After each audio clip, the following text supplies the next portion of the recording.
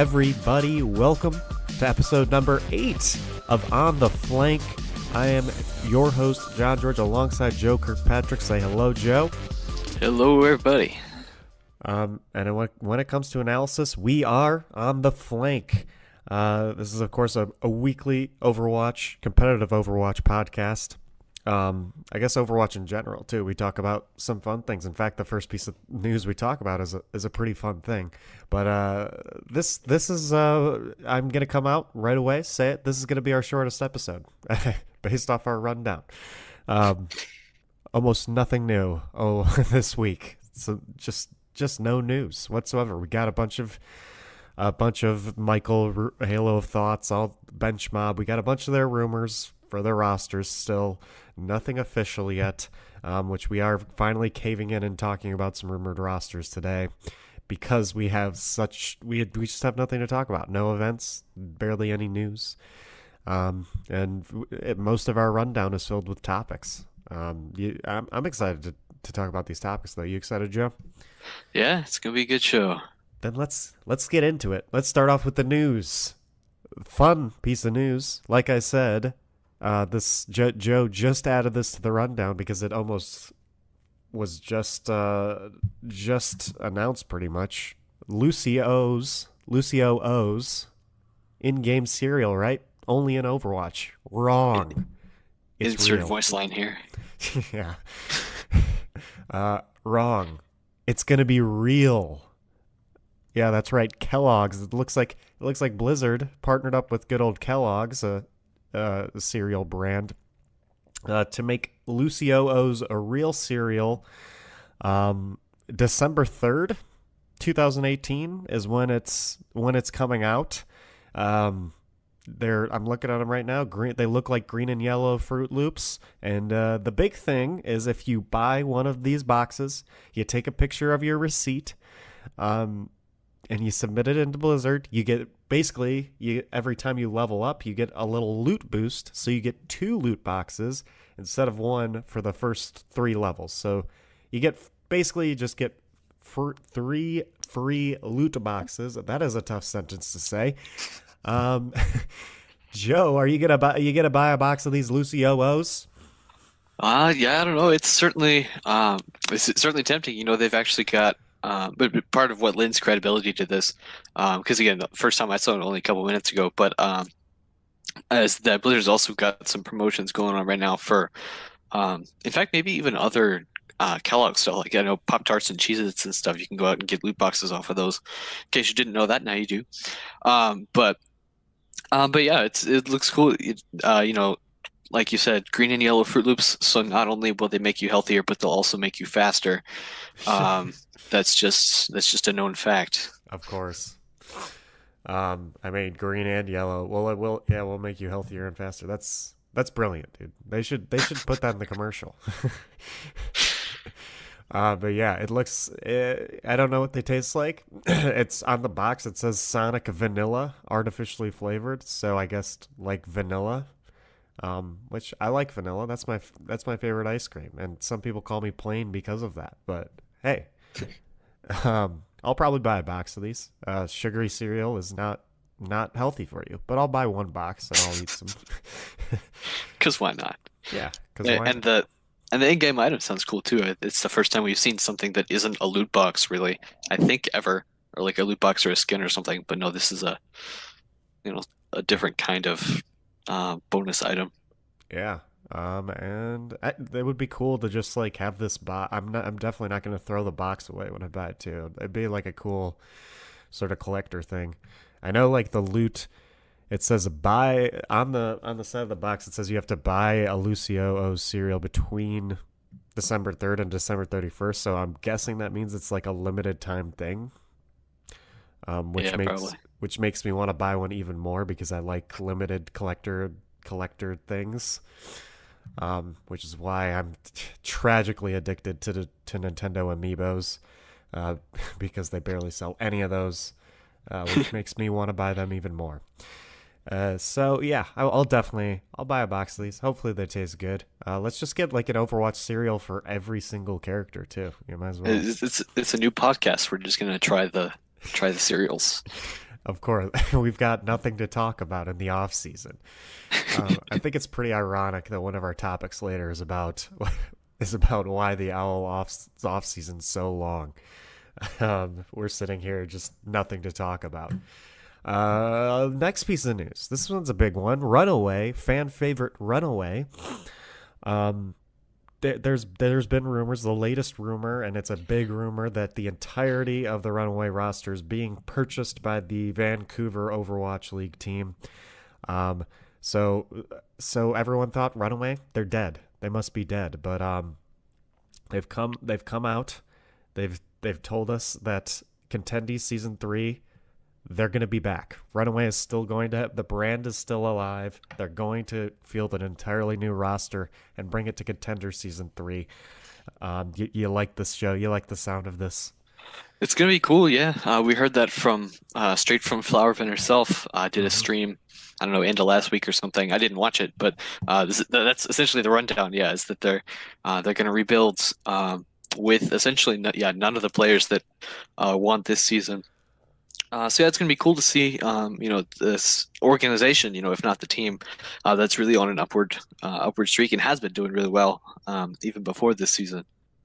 Um, but yeah, as we're headed into Contenders season 3, which will probably be on Contenders season 10 before we start Overwatch League, it seems like. But it's just how it goes. Oh yeah, absolutely. It was a cool stream. There was some pageantry to it too. She really built it up. She built up the announcement. She like told stories and like sort of like talked about how much she loved Runaway and all this stuff. Like just went through the whole history pretty much with all these players because I mean, I would be sad if like I mean, I'd be happy for all my players, but I'd be sad if I had to leave them. Um, because the rumor is that Flowervin's not going to be joining them as well in Vancouver. So it looks like I'm glad Runaway, and I'm always glad to see like these brands because they were in endemic organizations before before the franchises came into play. I'm glad to always see like these players being bought out, but the brand's not dying. It sucks when like Lunatic High dies out in Overwatch and there's no Lunatic High anymore because all their players got swooped up by the Overwatch League. Because that was one of the biggest brands. And if Lunatic High was still in Contenders, and if these big names from Contenders before were still there, I'm sure they would get a lot more views. Because now it's just filled with a bunch of other teams and names that people aren't as familiar with. So I'm glad that Runaway is keeping their name, keeping their organization alive with a new roster for next season Contenders, because it gives Contenders fans another big name to root for. Uh, Anything else to say about this amazing Runaway announcement? Yeah, I guess to follow on your last statement there, if franchising and um, team-based fans, is sort of the way that Blizzard's trying to go with their proceeds. Yeah, this makes sense. I'm sure they're a fan of this as well. Oh yeah, and it's not up to Blizzard whether or not this happens. Of course, it's up to the organization themselves. And I mean, after you lose all your like very good players, you kind of get upset, right? And you're kind of like, if you're Lunatic High, you're most likely not going to try to build a roster from the ground up, and instead just go into different esports because all these endemic organizations are not just in Overwatch. Runaway is one of those. That's a team that's just into Overwatch, but most of these endemic organizations are into League of Legends, into all these other esports too, getting into Fortnite, all these battle royales. So if Overwatch League wants to franchise, then most of these endemic orgs are not going to compete in Contenders, especially with all these rumors going around that these Contenders organizations are not being paid good money, and not be given prize money from Blizzard even, which is ridiculous. But yeah, let's move on to the next piece of news. Another thing that I am unfortunately going to have to pay money for, be, be, because I think one of the top comments in the thread is exactly like what is my feelings exactly. But there is going to be a 336 page hardcover book titled the Overwatch League inaugural season official collector's edition guide. It's up on Amazon for. Is it up on Amazon for pre-order already? Yeah, I think so. Yes, I Yeah, believe it 40 is. $40 pre-order. $40 hardcover. Um, and who's Prima, right? Prima's the one who's helping Yep. make the book Prima Games, which of course makes all like the guidebooks for like and walkthrough books kind of for games. I always used to get the Pokemon ones when I was a kid. Because they're cool in general, and they give you all the information of like where all the wild Pokemon are and stuff. That has nothing to do with what this book's going to be about, I imagine. Yeah. It's a guide for how to be a Overwatch League team. Yes. It's a guide for how to be a team. It's a guide for how to get into the Overwatch League. It's exclusive information. But yeah, no, the Amazon description actually I've got pulled up here. Says you can relive the Overwatch League's inaugural season with this collector's edition retrospective. This fan-focused companion volume celebrates the matches, teams, and players that made the 2018 Overwatch League season such a success. Premium hardcover edition with deluxe finishes printed on bright heavyweight paper for vibrant photos and art. Behind the scenes interviews, feature coverage of the Grand Finals champions, the London Spitfire, full season highlights from the first match through All Star Weekend, and complete team rosters for all 12 Overwatch League teams. Wow. So there you go. Complete team rosters. That's the biggest one. This is something that I'm interested to see how that can be communicated in book form. It's like I guess we'll have text interviews and images Yeah. of season highlights. You I know, imagine. it's Yeah, I imagine it's just gonna be like images and maybe box scores and yeah. standing and like they'll just consistently put like the standings throughout the book to like update you kind of.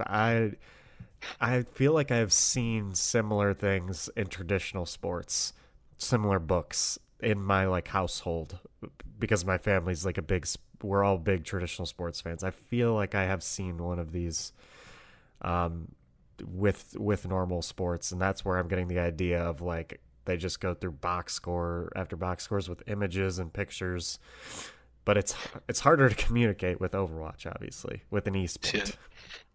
All we'll get is just a still of that one pulse bomb that fell off of Mercy on Dorado that one time. Yeah.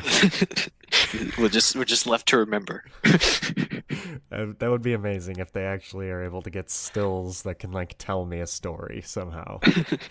Yeah. But yeah, I'm gonna get this book. But yeah, someone said, what was the comment? Um, there was I would slash will buy this. I'm not sure why is one of the top comments on the Reddit thread, and that was right after I saw that. I was like, that's exactly how I'm feeling. I will buy this. I am not sure why, but I'm going to do it. Yeah. Gotta make that money. Yeah. But yeah, I'm excited. I think it's a nice little collector thing to commemorate the Overwatch League's first season. Probably, it's not like I don't think anyone's gonna complain that this is happening because you don't have to buy it or anything like that. I mean, it's just a fun little thing if you want to buy it, and I certainly do. I ended up going to the grand finals on the first week of the season, so they're deep in my memories, and I think this would be a good way to commemorate and keep a book on my shelf to remember this amazing first season, because I'm sure things are going to change in this league as time Yeah. goes on. People were asking, will Dreamcast make this book or will XQC make this book? I guess we have to buy it and find out. Yeah, that's that's the big reason. That'd be funny if that was their selling point. Like, will Dreamcasper be in? Will we put XQC's picture in here? Buy to find out. But yeah, it says complete team rosters. So I imagine there are pages with the full team rosters, like pictures of all the players on it. I don't. I I would bet XQC is in it somewhere, but I would bet that Dreamcasper is not. I don't Uh, know, but that's such an important part. If you want to tell a story of the inaugural season, Dreamcasper is such an important part of it. You know, because for better or for worse. yeah, exactly. It's part of the story of the Boston Uprising, and they're like amazing undefeated stage 3 run. You can't like mention that 10-0 stage and just like ignore Dream Casper. Kind of, it's weird. Yeah. We'll see. I doubt they put him in there, but I don't see why they wouldn't put XQC. They're letting XQC play in the World Cup. They don't hate XQC. They want him to play. They have to punish him if he's going to be an idiot. So Yeah. we've talked about that before. What's next? Exclusive. Oh yes, this one's a big one, and the reason that me and Joe were talking before this podcast, I believe the floodgates are about to open on a bunch of news. Because of this, the exclusive expansion signing window is over. Of course, the exclusive expansion signing window was just for the expansion teams. It was a good old month where the expansion Overwatch League teams got to sign their own players. Of course, you need this, or else the expansion teams are just going to have. I mean, they're already at a disadvantage because the Overwatch League teams already have rosters that have been built for an entire year, and they have chosen probably the best players originally. So you got to let the expansion team have some sort of advantage in the offseason where they get to sign their own players before the other teams get to sign free agents. The established teams have probably got much more money too. Exactly. After having a year of, not ad revenue, but like merch revenue, and for NYXL, they picked up several $100,000. Yeah. And there's no the rumor / it's not official, but there's no salary cap either. There's only a salary cap. There's only once you get to a certain point of paying your players like this amount of money, you just have to pay a penalty. And after you pay if you're willing to pay the penalty, you can have a team that costs a lot of money if you have more money than the rest of these teams. So yeah, that is an interesting. Speaking of salary cap, that's a pretty interesting point to talk about. But yeah, these teams, especially, like, there was a lot of money on the line the entire season, so they do have a lot of money as well. But yeah, that window has ended for the expansion teams. No announcements quite yet on rosters, because I mean they still have time to sign players, and I imagine there's some players they still want to sign. But now, joining the expansion teams are the original 12 teams, so now we have 20 teams signing free agents. So the floodgates are definitely about to open. We're about to get some news on some big signings. I guarantee it. And I also think we're about to get some news on other fronts. But yeah, go right ahead, Joe. I was just saying, for all we know, all 8 expansion teams have already signed 12 players each. We just haven't heard about it. So yeah, it could all come, an hour from now after we're done recording, that just all 8 teams announce their full rosters. But probably won't happen. And knowing the history of this podcast and knowing the news cycle in Overwatch, everyone's going to announce their team right after I edit the episode and post it. That's once they see we've posted the episode, they're gonna just start posting everything to spite us, to make sure we couldn't get good content. Because that seems to happen every single time I post an episode. There's some big thing. There's some big announcement or big piece of news that it's like, screw you guys, screw on the flank. We don't want them to know this, But it's our fault. We do record on Monday, morning, pretty much. So it's gonna be good for when we get the regular season, though. Yeah, that's what we mainly modeled this after regular season, and the regular season schedule, which will hopefully stay the same, which is actually our next piece of news. But yeah, exclusive expansion signing window is over. I really hope we get some news here so we can have some things to talk about. But I mean, I think the floodgates are about to open on signing, on players being signed and officially announced.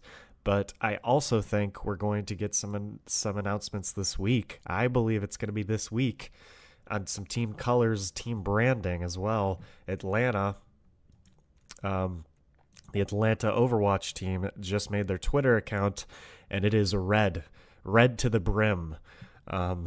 Their Twitter page color is red. Their banner is red. Their profile picture is red. They're just straight up telling us that they are definitely going to be red.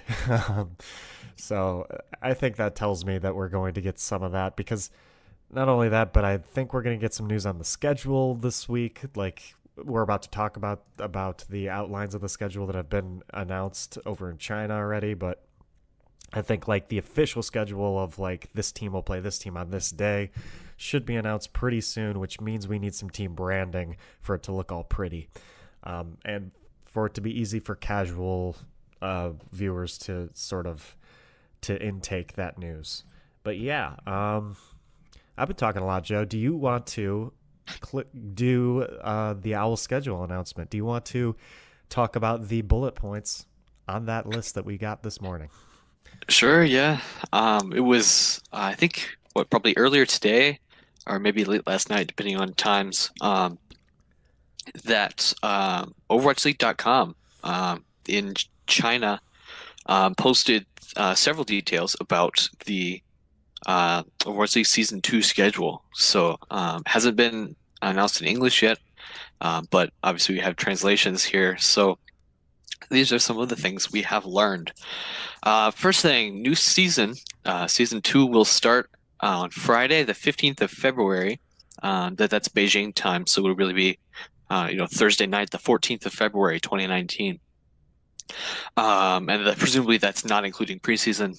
That'll probably be still December or January ahead of time.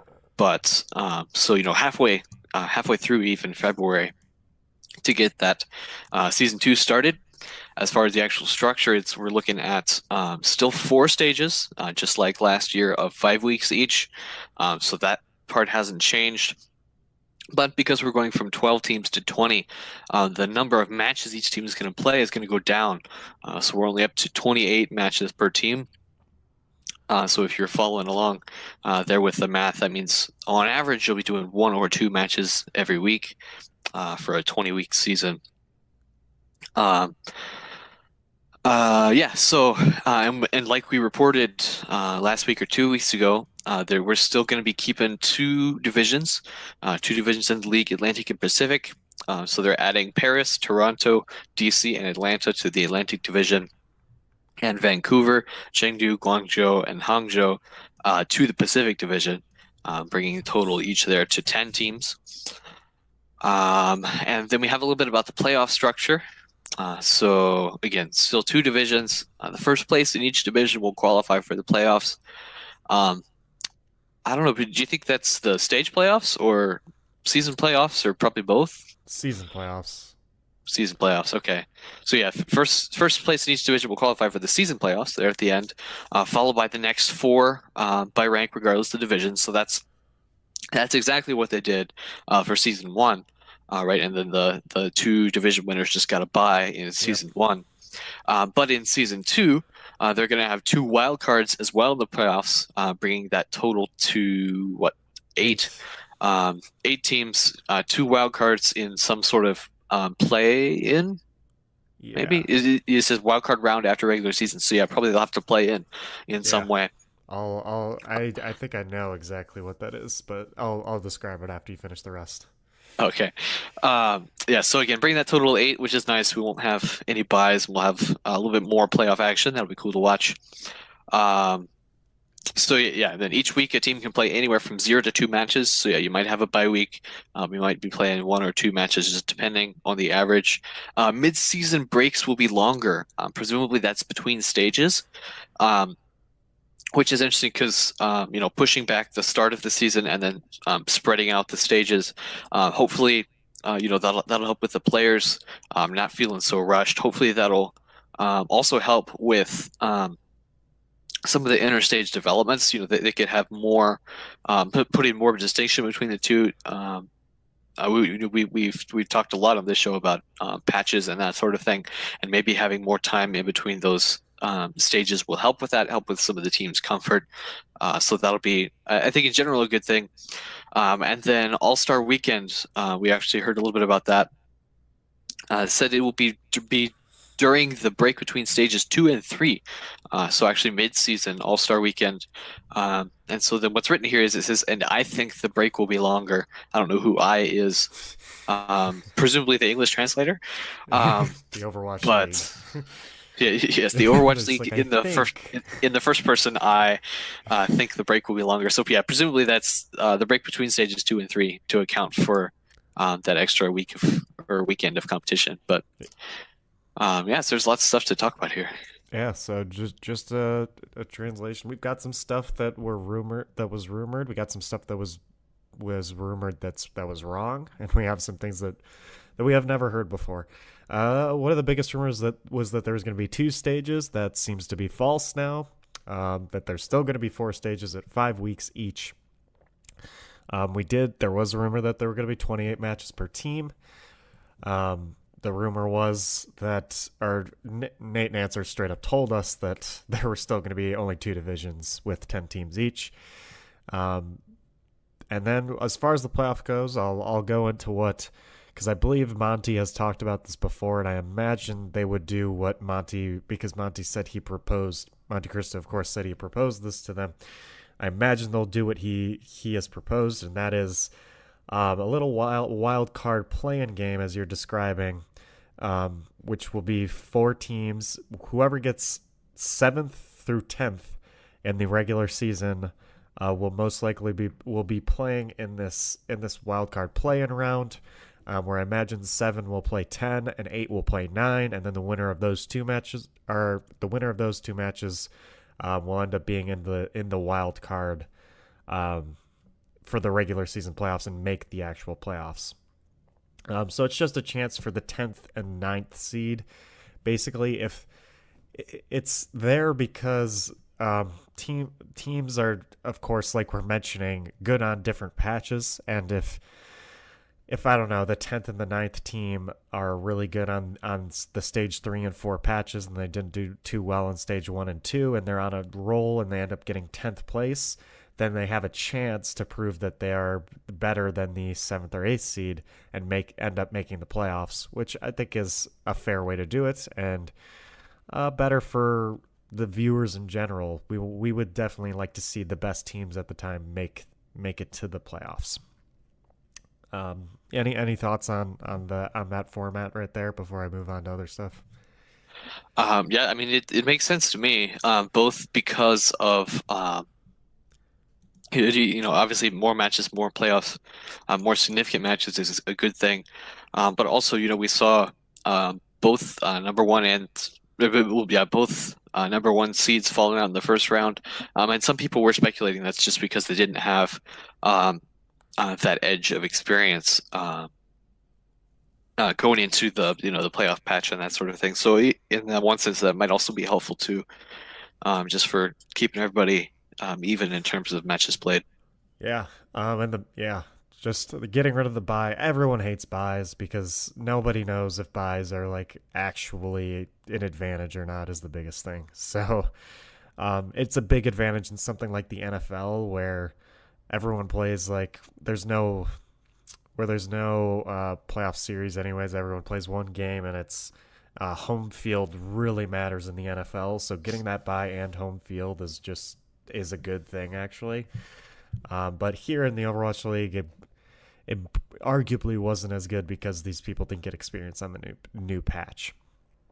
Yeah, so to move on to each team can play anywhere from 0 to 2 matches. Someone in the Reddit comments, Sprite Guy _000 was he's a Philly Fusion fan, but he might be moving to the DC team. This is a big development. But he was very kind to show us some different scenarios of how the schedule might work per each team. Since there are 28 matches and 4 stages, he assumed, and I believe we can all assume, that each stage is going to be 7 matches. And with the fact that teams could play 0 matches in 1 week means that they basically have bye weeks, which is an idea taken from the NFL as well.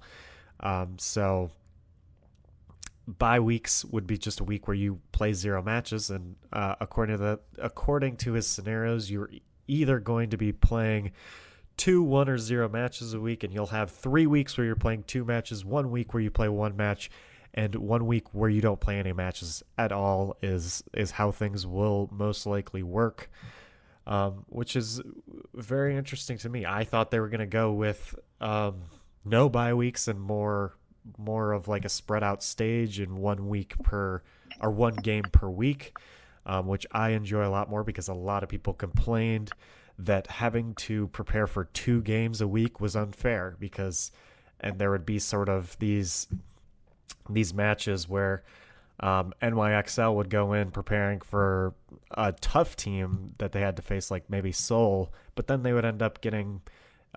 They would also have to play someone like Philly Fusion, and they would lose to Philly Fusion because they were preparing for Seoul, right?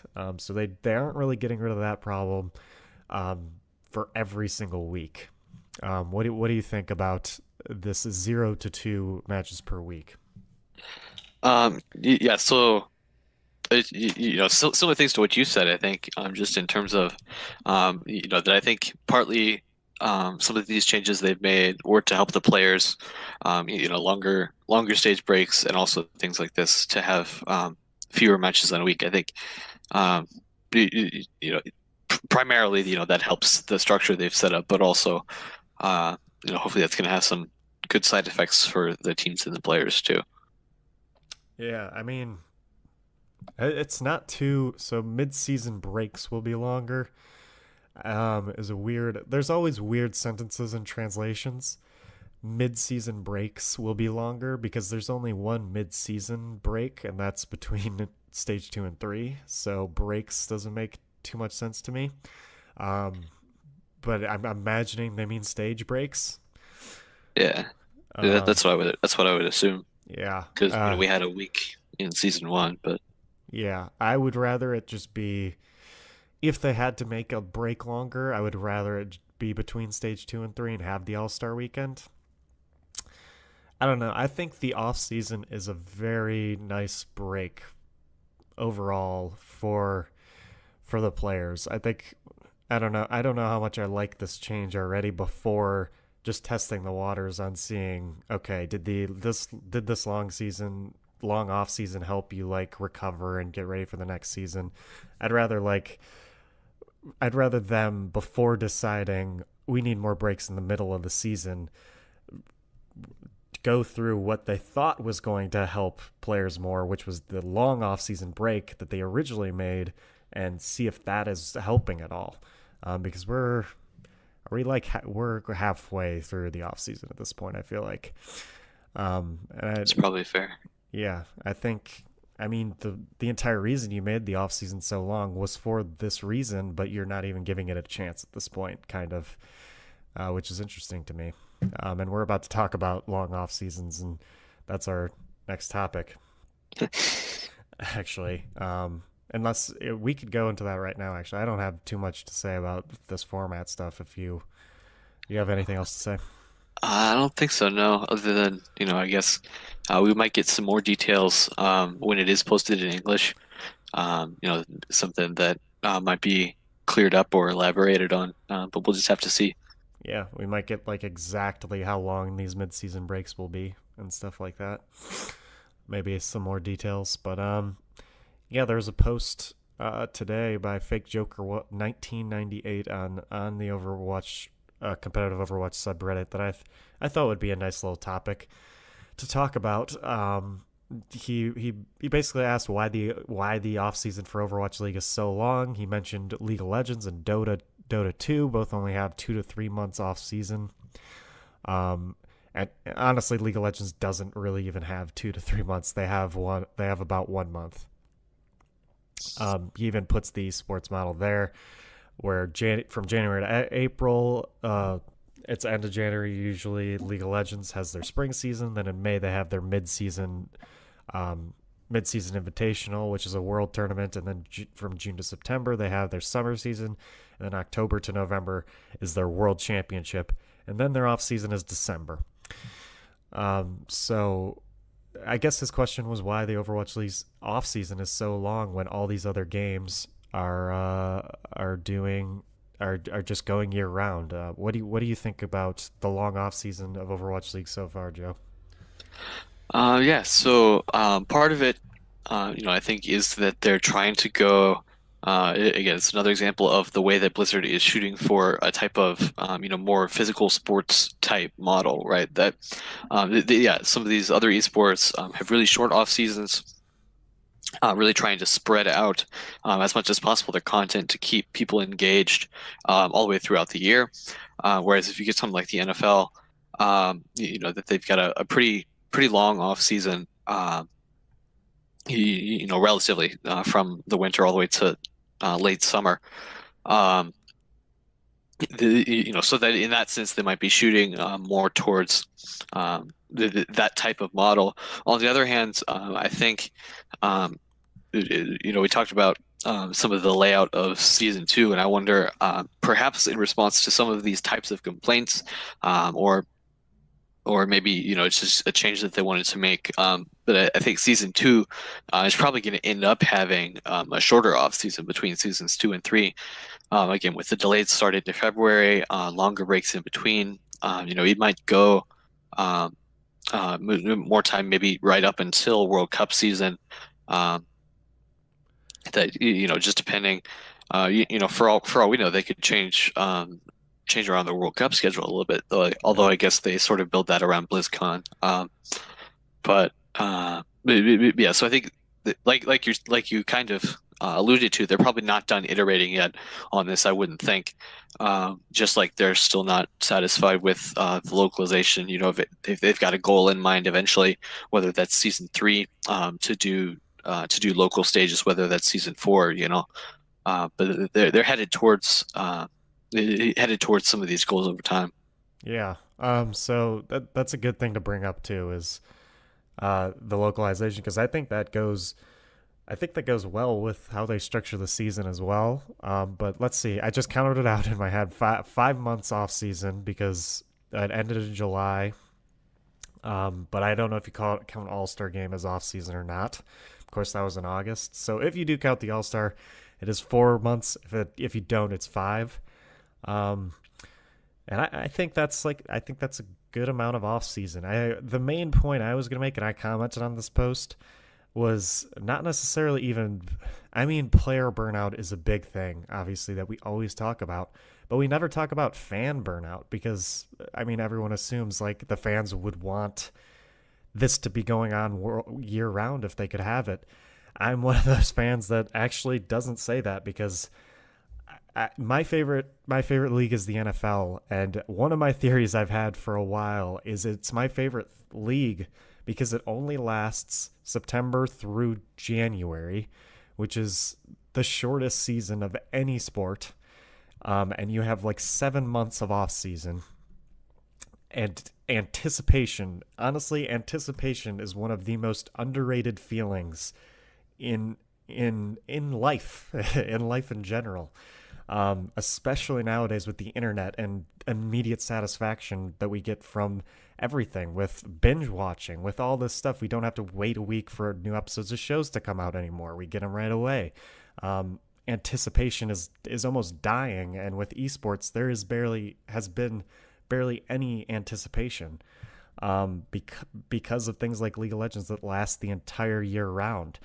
One of the biggest reasons I like the NFL and I like Overwatch League so much is because I do get that break and it is more special when it is happening.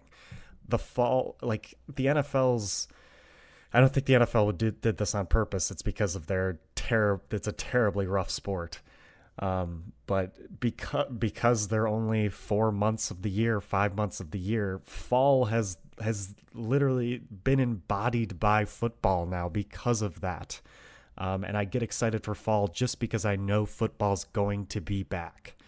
And I think that feeling of anticipation and getting ready for Overwatch League to be back and knowing that it's going to be back, and sitting here every day, every Monday with you, getting excited for it to be back is an amazing feeling. And once it's back, will be even more special because we did get that break, and we weren't constantly getting treated by by Overwatch League games, as I think we would get burnt out if this lasted all year.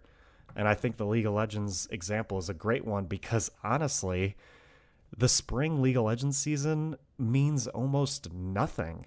And all it does is add another championship to, like, you have two championships per year here in America for League of Legends. That's kind of annoying and makes the championship less special if you have two champions a year. And it makes it especially less special for the spring champion, who's just going to get dethroned in 2 months, where the summer champion gets to keep it for like 6. The spring season, while it's cool that it exists, is almost a preseason in my mind. Like, it's so pointless and boring. But yeah, that's my long that's my long rant. Any responses? Yeah, no, it makes sense. Talking about because we've talked about that same sort of thing with contenders too. That we've had three contender seasons, 0, 1, and 2 in the last year, probably, maybe even probably less than a year, but but it's the same kind of issue, right? That granted, Fusion University, for example, has two titles, but yeah, that to have the significance of that when it happens so often does indeed go down. Yeah. Oh yeah, I mean, and I don't know, League of Legends. It seems like LCS is almost racing to get more champions, but in the end, that just makes it less significant to win it. Especially the spring season. I've always hated the spring LCS season. I do watch LCS in the summer mostly because the spring season feels almost pointless to me. It's like far away from Worlds. It's a completely different patch than what Worlds in the summer season are going to be on. At one point, they even made it so the spring season like mattered more, and you got points towards making the Worlds if you won the spring season, and everyone got upset because it's such a different patch, and that team that won the spring season could have bombed the summer season, which did happen, I'm pretty sure. And then you had a terrible team make Worlds, and it was just it's a mess over there. I just think, I don't know. I feel like Riot and League of Legends want to constantly give their viewers something, which is sad because that something is always less quality, in my opinion. It's quality over quantity, the classic argument. Yeah. But yeah, to go more into like the localization thing too. I think they're adding these longer stage breaks because of travel. Traveling to different countries for like a month and a half on end is going to bring even more fatigue. So having breaks in between the stage is going to be huge, and I imagine that's why they're doing it. Would you agree? Yeah, that makes sense. Yeah, because whether they do it, have a stage in one location, then have a different stage in the other, or they try to come up with something else. Yeah, either way, they're definitely going to need to build in that time. Because having to do matches in multiple locations, a week apart, that's just not going to be very sustainable. Yeah, no, not at all. So we'll see what they do. Like you said, the off season is going to get shorter with I guess this official announcement that there are going to be more breaks in between stages here. So this person, what's his name again? Fake Joker. It looks like you're probably going to get your wish here. I think they'll still have a longer off season than League of Legends and Dota, but I think they'll have some more in between breaks. Just because it favors their format a little more. All right, next topic. There was an unpopular opinions thread this about 6 days ago this week on the competitive Overwatch subreddit. We're so out of content that we're just we're just gonna go through these and talk about whether or not if we agree with these unpopular opinions. These threads are always kind of iffy because it's like they're unpopular opinions, but they're being upvoted. So I guess they technically are popular now. So yeah, my disclaimer for this too would be that for lots of these we don't have very much explanation or support for some of these, so we might have to put on patience Yeah. to try to figure out exactly what they mean. But So yeah, the listeners don't get too, I guess, don't get too hot and heavy about what we have to say here because they do. These unpopular opinions are not very. Their explanations are short. Most of them are very short, and that we don't know the context as well. But we're gonna go off what we think. They think. So one of the most upvoted ones was the reason Overwatch isn't big on Twitch is not because the game is dying, but because there are only a handful of good Overwatch personality streamers. Agree or disagree, Joe?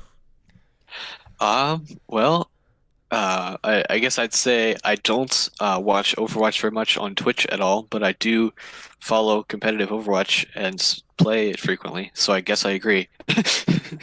Okay. Yeah. I mean, I don't think anyone watches too much Overwatch on Twitch. I like half agree, half disagree with this. Um, I don't know because I do watch a lot of Overwatch personalities and streamers, and there are some really good ones. Siegel, I know everyone knows Siegel, but he's just like a down to earth, amazing guy. XQC is a little for casual players and viewers of Overwatch. XQC is a little tough to get into because one, it's very hard to understand what he's saying, and he speaks so fast, and it's high adrenaline. But if you want to get an adrenaline punch, just sort of if you're someone who wants someone who's like kind of controversial and like yelling, I think XQC is a good one. Um, Harblue's a good one. There's people like Aspen's a very good support one. I mean, there are some names out there, but I think, in my opinion, one of the reasons Overwatch isn't big on Twitch is because their player base the majority of their player base are people that don't really watch Twitch. I think that's why. Um, anything else to say about that, or shall we move on to the next unpopular opinion? Let's do it. If Taimu had done what he did to Soe instead of a relatively unknown Korean host, this sub wouldn't have forgiven him. So do you know what Taimu did? Do you recall? Yeah, so I saw this comment, and I had no idea, and so I had to, go down a little bit. You can explain it if you're familiar with it, but Yeah, good old uh, Taimu.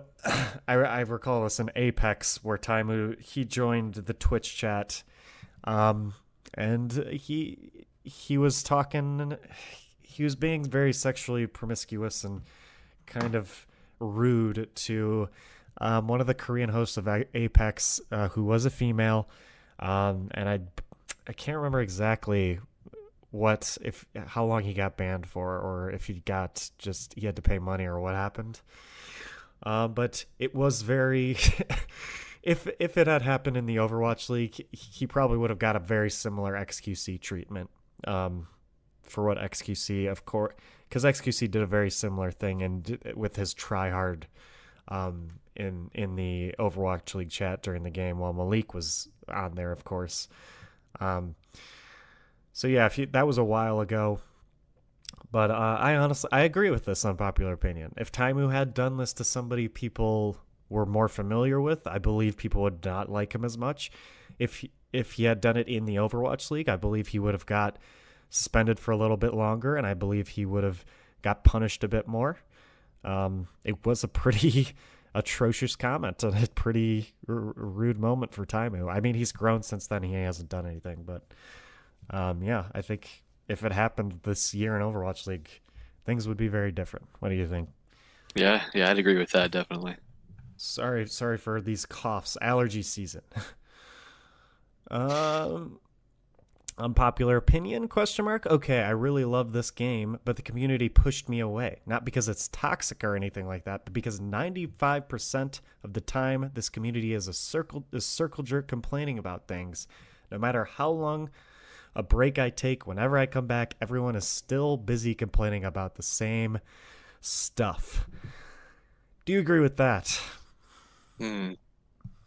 Yeah, I guess it comes down to what part of what part of the community you're talking about. Like, I very rarely get on the forums, just because from what I see of the forums when I'm going to, like a patch notes thread or something, it does look to be lots of complaining and lots sorts It's of that. very.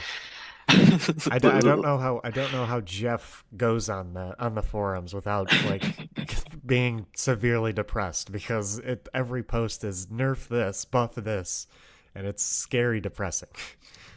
Yeah. But is it so, as I've become more and more involved in Overwatch, like I said, we're just about a year actually, because Halloween Terror drops tomorrow. Hey, that's the thing we can talk about. Halloween Terror Oh, drops tomorrow. yeah, it does. But yeah, so now that I'm about a year into this and getting more and more involved, that I am noticing more and more stuff like that. On Reddit too. That's what we're looking at right now.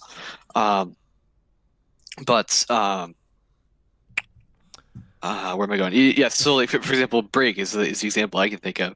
That to still see people, in Reddit threads on there, just saying Brig needs deleted from the game because you can't whatever. The stuff like that for Mercy has died down a little bit, but that kind of those kinds of attitudes, and their persistence, their pervasiveness can get annoying, definitely. Yeah, I think he's specifically talking about the competitive Overwatch subreddit from his comment. I feel like he is. Mainly because there have been a lot of complaints lately that there's just a bunch of bandwagons and circle jerks for just like all these, I don't know, these random things that, like Brig, like all these things that just basically become fact around the subreddit. And if anyone argues against it, they're just wrong. Like at the beginning of Overwatch, or like Overwatch World Cup, or the beginning of the competitive scene, spectating was bad, and spectating is still bad. Like that's a fact to these people. Like spectating in Overwatch, it's bad, and it's just so. I don't know. I think I agree with them.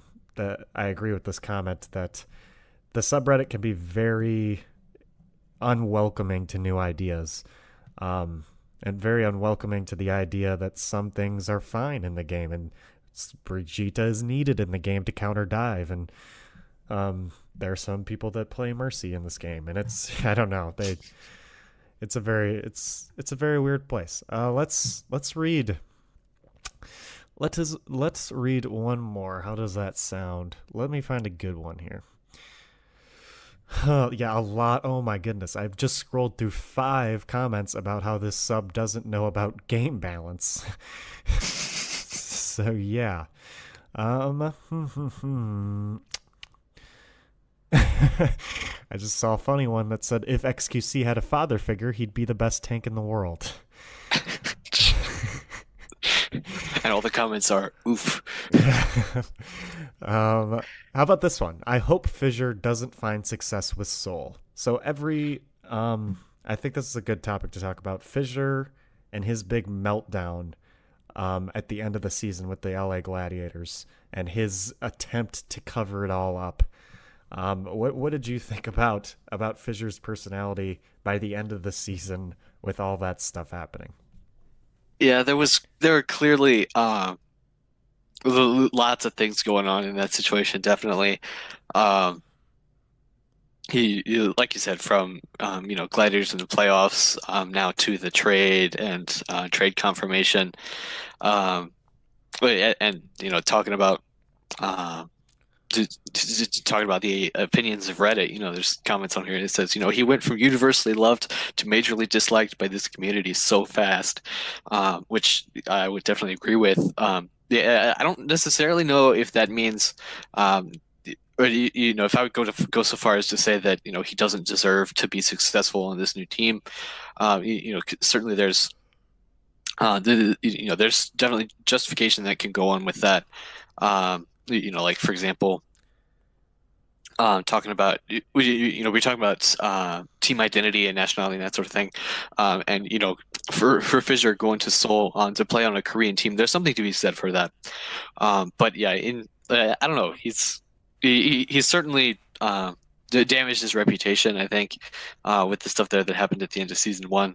But yeah, I don't know that I would go so far as to say that that means he deserves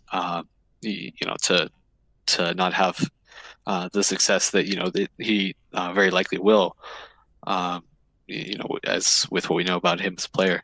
Yeah, I'm not gonna go as far to wish success on somebody, but yeah, I definitely didn't like Fisher's move at the end of the season. I mean, at least play out the rest of the season. You're on a team that's doing very well, the LA Gladiators, and you're one of the main reasons.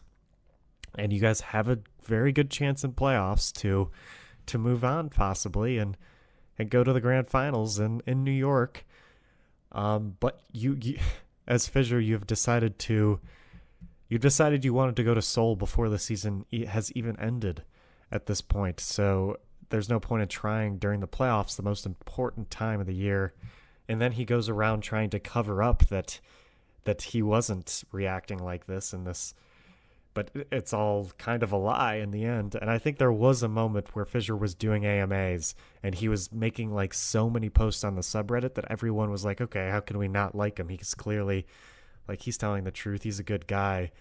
And then like I think a couple weeks later, everyone realized like, wasn't that super weird that Fisher just like came on here every day and was trying to cover up these things Slasher's saying about him, and Slasher's like, I don't know, Slasher's response to it was just like kind of just nothing. Slasher was like, I these things are what I'm hearing.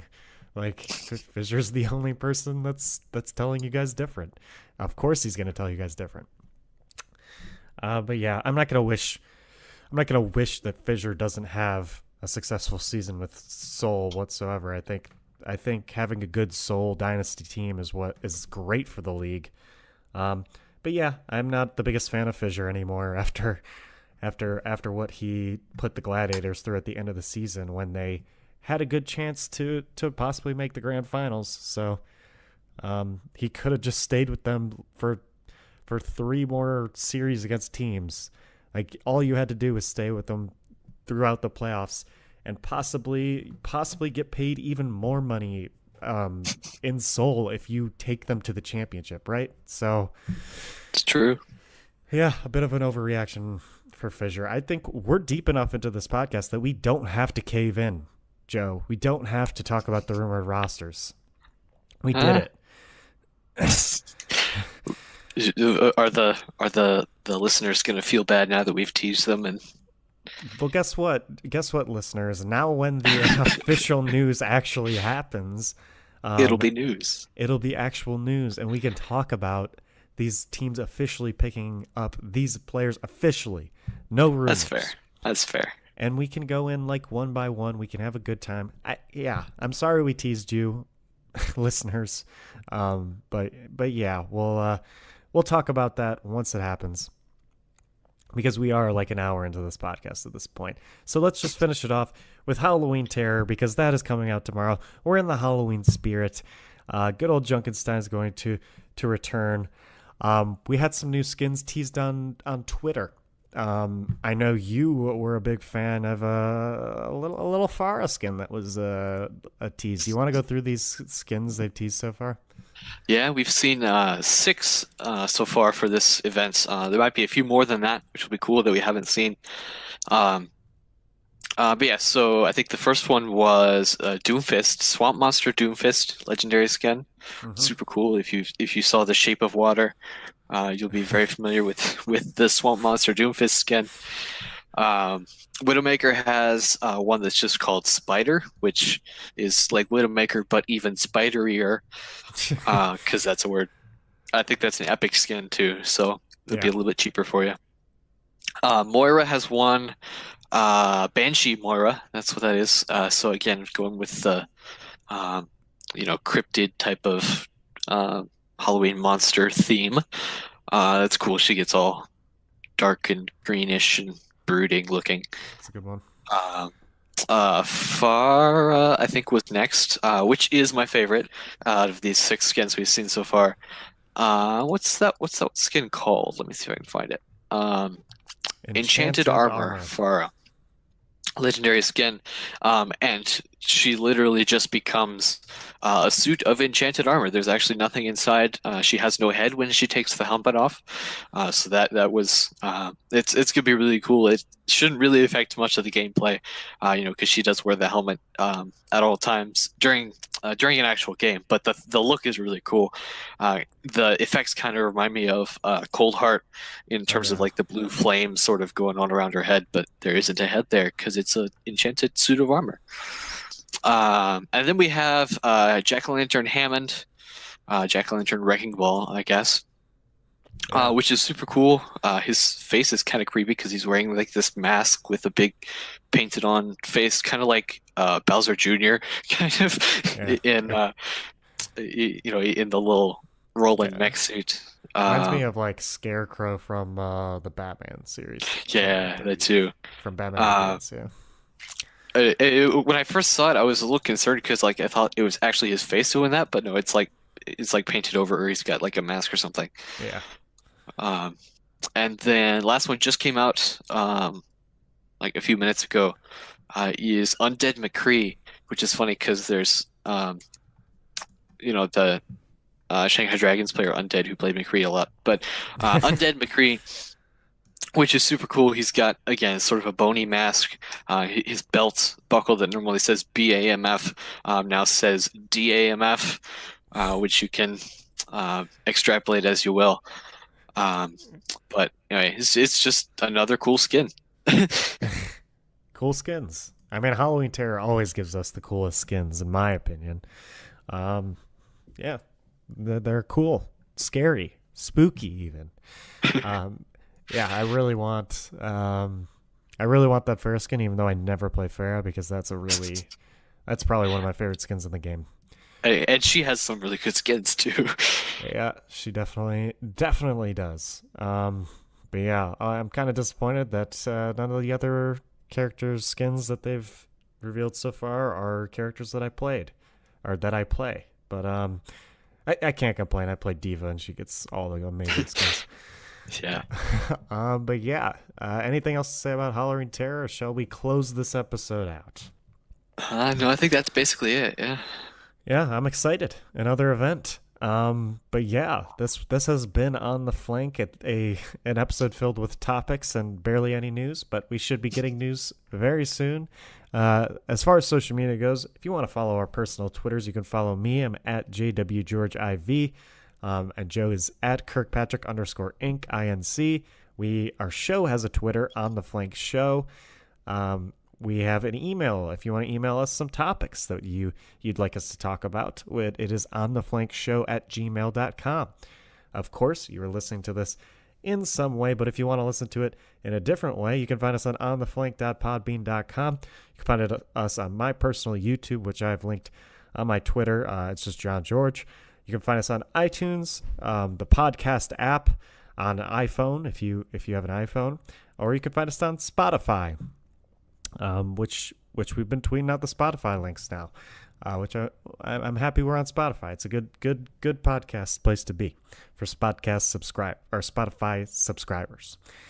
But yeah, thank you guys for listening, and I hope you guys all have a good week.